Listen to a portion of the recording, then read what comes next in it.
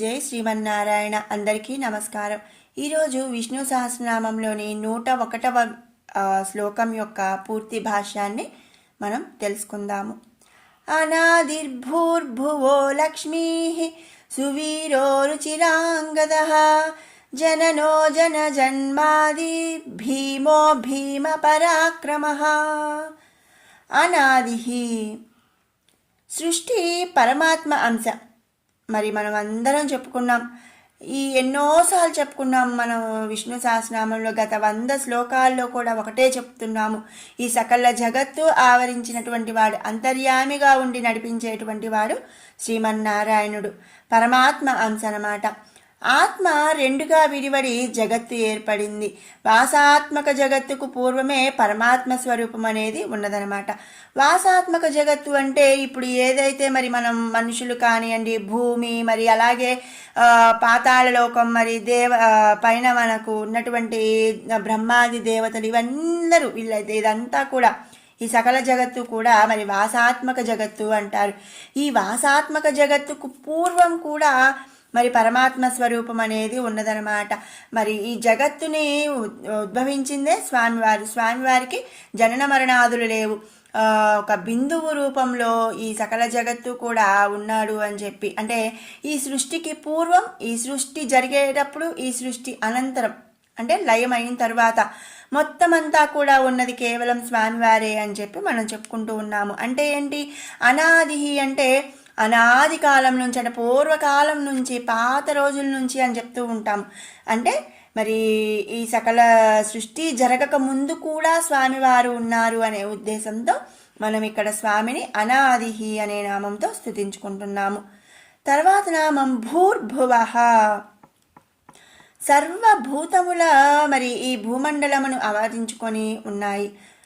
మరి భూతాలు అంటే రాక్షసుల, భూతాల, దెయ్యాల కాదండి, మరి పంచభూతాలు అని చెప్తూ ఉంటాము. అలాగే మరి ఈ సర్వభూతములు కూడా భూమండలమును ఆవరించుకొని ఉన్నాయి. వాటికి భూమి ఆధారమైంది.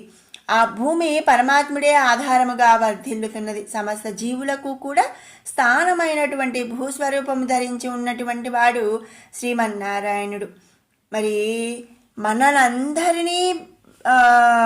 మనందరం కూడా ఒక చెట్టు, గాలి, మరి నీరు, నిప్పు, ఇవన్నీ కూడా మరి ఒక భూమిని ఆధారంగా చేసుకొని ఉంటే ఆ భూమినే ధరించినటువంటి వాడు. ఆ భూమే ఎవరిని ఆధారంగా చేసుకుందండి?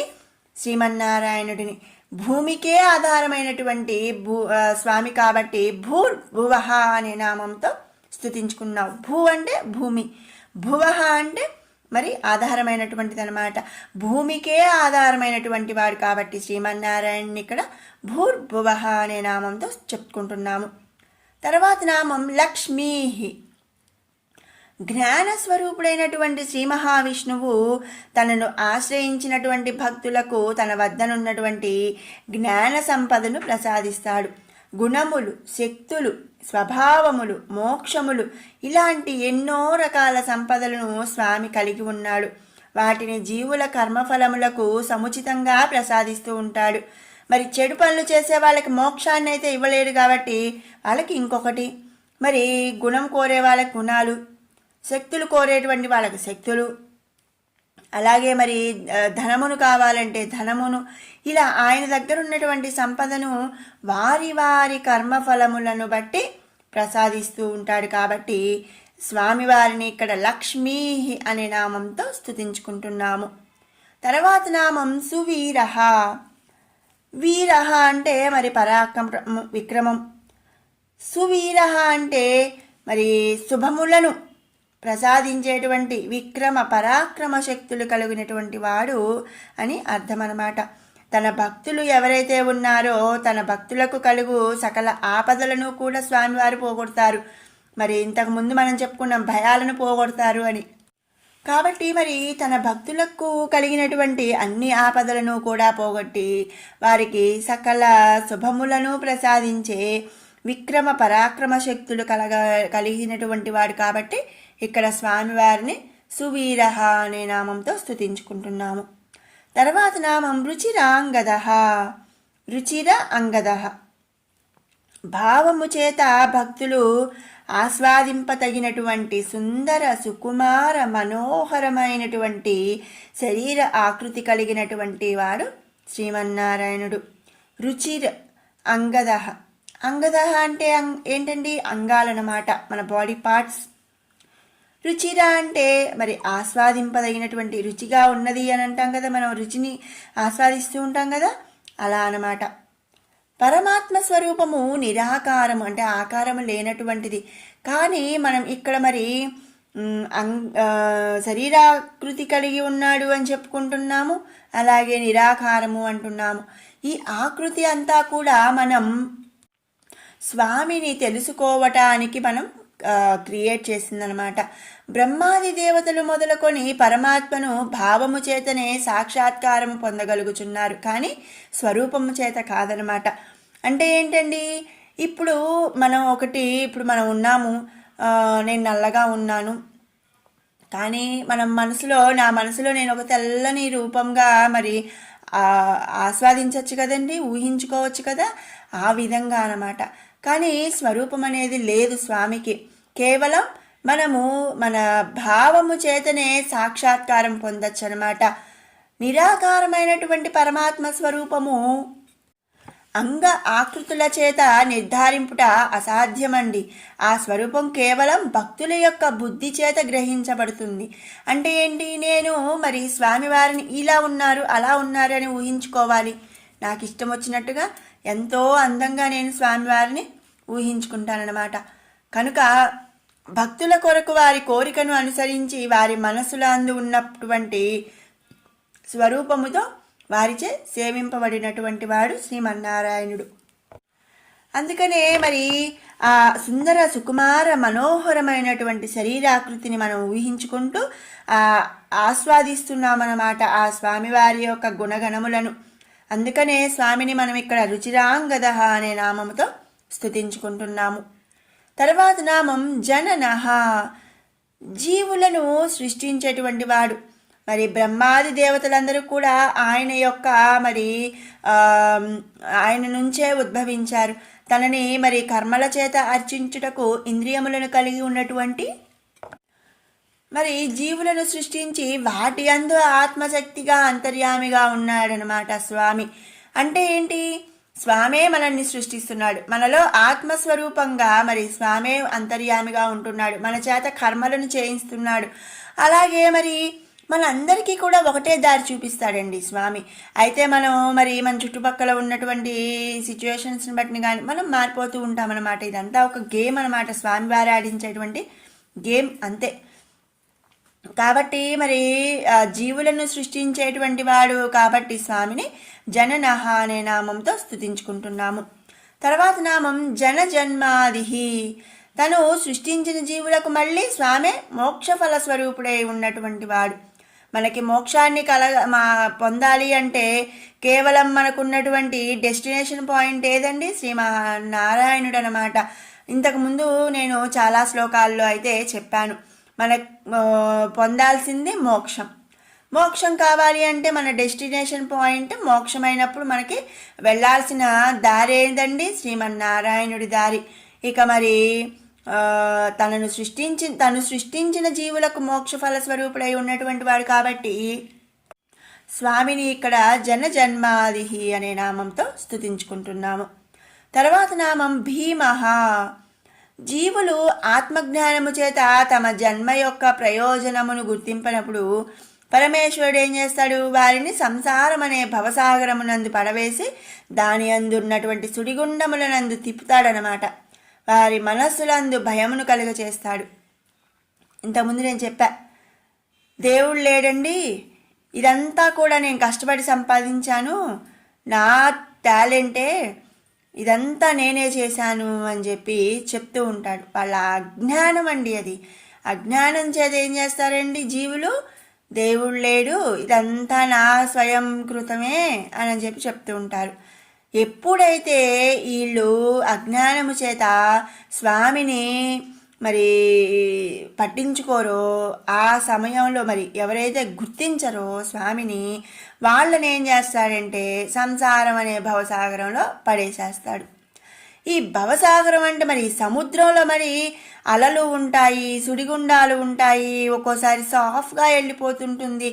అంటే ఏంటి, మన జీవితం కూడా అంతే కదండి. ఒక్కోసారి కష్టాలు వస్తాయి, ఒక్కోసారి సుఖాలు వస్తాయి, ఒక్కోసారి మరి భయం కలుగుతుంది, మరి రోగాలని, ఆకలని, ఇలా ఎన్నెన్నో ఉంటాయి. ఒక్కోసారి పెద్ద పెద్ద అలలు వస్తాయి, అంటే మరి ఇక తిప్పుకోలేనంత కష్టాలు బాధలు వచ్చేస్తాయి. ఒక్కోసారి మరి సుడిగుండాలు వస్తూ ఉంటాయి. ఆ సుడిగుండాన్ని తప్పించుకోవడం అనేది మరి మన వల్లే కాదనమాట. తిప్పుకోలేని నష్టాలు వస్తూ ఉంటాయి వ్యాపారాల్లో. ఇలా ఎన్నెన్నో. ఇవన్నీ కూడా ఎందుకండి, మరి స్వామిని గుర్తించినప్పుడు ఆ పరమేశ్వరుడు, ఇక్కడ పరమేశ్వరుడు అంటే శ్రీమన్నారాయణుడు అనమాట. మరి ఈ సకల సృష్టికి ఈశ్వరుడు అని అర్థం పరమేశ్వరుడు అంటే. ఆయన ఏం చేస్తాడు, ఈ సంసారం అనే భవసాగరంలో పడేసేస్తాడు. ఇక ఆ సుడిగుండాలని, అలలని, మరి వాటిని మరి తట్టుకోలేక అప్పుడు ఇక మళ్ళీ మనం అసలు నిజాన్ని తెలుసుకోగలుగుతాం. ఏంటి, స్వామివారిని ఆశ్రయించాలి అని చెప్పి. కాబట్టి మరి ఎవరైతే తనని పట్టించుకోరో వాళ్ళని ఈ సంసారం అనే భవసాగరంలో పడవేసి సుడిగుండాలందు తిప్పుతూ వాళ్ళ మనసుల్లో భయాన్ని కలుగజేస్తాడనమాట. అందుకనే ఇక్కడ స్వామిని భీమహ అనే నామంతో స్తుతించుకుంటున్నాం. మరి భీముడు, ఇంకో విధంగా మనం చెప్పాలి అంటే భీముడండి. మరి భీముడిని చూస్తే అందరూ భయపడిపోతారు. ఎందుకంటే మరి 1000 ఏనుగుల బలం ఉందండి ఆయన దగ్గర. మరి ఆ 1000 ఏనుగుల బలం మరి మరి ఎవరైనా సరే మరి భయపడాల్సిందే కదా. ఆ విధంగా అన్నమాట స్వామివారు ఏంటండి, తనని గుర్తించిన వాళ్ళని మరి తన దగ్గరికి మళ్ళీ వాళ్ళని భయపెట్టి బెదిరించి అన్ని విధాలుగా మరి ఇచ్చేసి ఆయన్ని మరి ఆశ్రయించేలా చేస్తాడు. కాబట్టి భీమహ అనే నామంతో మనం చెప్పుకుంటున్నాము. తర్వాత నామం భీమ పరాక్రమ. లోకకంటకులైన ధర్మములను నాశనం చేసేటువంటి హిరణ్యాక్షుడు వంటి అసురుల పాలిట అరివీర పరాక్రమ భయంకరుడనమాట భీమ పరాక్రముడు. మరి భీముడు అంటే మరి ఇక్కడ మనం పాండవుల్లోని భీముడు అని చెప్పుకోవాలనేం లేదు. ఎక్కువ బలం కలిగినటువంటి వాడు. ఏ విధంగా అయితే భీముడికి మరి 1000 ఏనుగుల బలం అంటే మరి చాలా ఎక్కువ బలం కదండి. అదే విధంగా అంటే భీముడు అంటే ఇక్కడ ఎక్కువ బలం కలిగినటువంటి వాడు, బాగా బలం కలిగినటువంటి వాడు అని చెప్పి చెప్పుకోవచ్చు. పరాక్రమవంతుడనమాట. మరి ఎవరైతే ఎంత రాక్షసులైనా సరే, ఎంతటి వరాలు కలిగినటువంటి వాళ్ళైనా మరి అలాంటి వాళ్ళనైనా సరే ఓడించగలిగినటువంటి అరివీర పరాక్రమ భయంకరుడైన అన్నమాట. ఎవరి పాలిటి, అసురుల పాలిట. అసురుల పాలిట అరివీర పరాక్రమ భయంకరుడు శ్రీమన్నారాయణుడు. అందుకనే స్వామిని ఇక్కడ భీమ పరాక్రమ అనే నామంతో మనం చెప్పుకుంటున్నాము. మరి మనం జనరల్గా చూస్తూ ఉంటే ఎవరైనా మనకు కష్టం కలిగించారనుకోండి, లేదు మనకి ఏదైనా మన విషయంలో ఏదైనా అబద్ధాలు ఆడారనుకోండి, మనం ఏమంటూ ఉంటాం, ఎవరికి నిరూపించకపోయినా, ఎవరు చూసినా చూడకపోయినా ఆ భగవంతుడు చూస్తూ ఉన్నాడు, ఆ భగవంతుడికి తెలుసు అని మనం జనరల్లీ చెప్తూ ఉంటాం. ఎందుకండి, మరి మనకు ఎవరైనా సరే అబద్ధం చెప్పి మనకి ఈరోజు తాత్కాలికంగా మరి బాధ పెట్టినా సరే, ఈ పంచభూతాలు మరి శ్రీమన్నారాయణుడు మరి సాక్ష్యంగా ఉంటాడండి, చూస్తూనే ఉంటారు. వాళ్ళు మరి వాళ్ళకి ఇవ్వాల్సినటువంటి ఫలితాన్ని ఇస్తూ ఉంటారు అనే ఉద్దేశంతో మనం దేవుడు చూస్తూనే ఉంటాడు, దేవుడు వింటూనే ఉంటాడు అని అంటూ ఉంటాం. అలా మరి లోకకంటకులైనటువంటి ధర్మములను నాశనం చేసేటువంటి హిరణ్యాక్షుడు వంటి అసురుల పాలిటి అరివీర పరాక్రమ భయంకరుడు. కాబట్టి స్వామిని మనం ఇక్కడ భీమ పరాక్రమ అనే నామంతో స్తుతించుకుంటున్నాము. ఇది 101వ శ్లోకంలోని నామాల యొక్క పూర్తి వివరణ. ఇప్పుడు 101 నుంచి 108 వరకు కూడా ఒకసారి పారాయణ చేసుకుందాం. అనాదిర్భూర్భువో లక్ష్మీ సువీరో రుచిరాంగద జననో జన్మాదిర్భీమో భీమ పరాక్రమ ఆధారనిలయో ధాత పుష్పహాసః ప్రజాగరః ఊర్ధ్వగః సత్పథాచారः ప్రాణదః ప్రణవః పణః प्रमाणं प्राणनिलयः प्राणभृत् प्राणजीवनः तत्त्वं तत्त्वविदेकात्मा जन्म मृत्युजरातिगः भूर्भुवः स्वस्तरस्तारः सविता प्रपितामहः यज्ञो यज्ञपतिर्यज्वा यज्ञां गो यज्ञवाहनः यज्ञभृद् यज्ञकृद् यज्ञी यज्ञभुक् यज्ञसाधनः यज्ञान्तकृद् यज्ञगुह्य मन्नमन्नादयेव च आत्मयोनिः स्वयं जातो वैखानः सामगायनः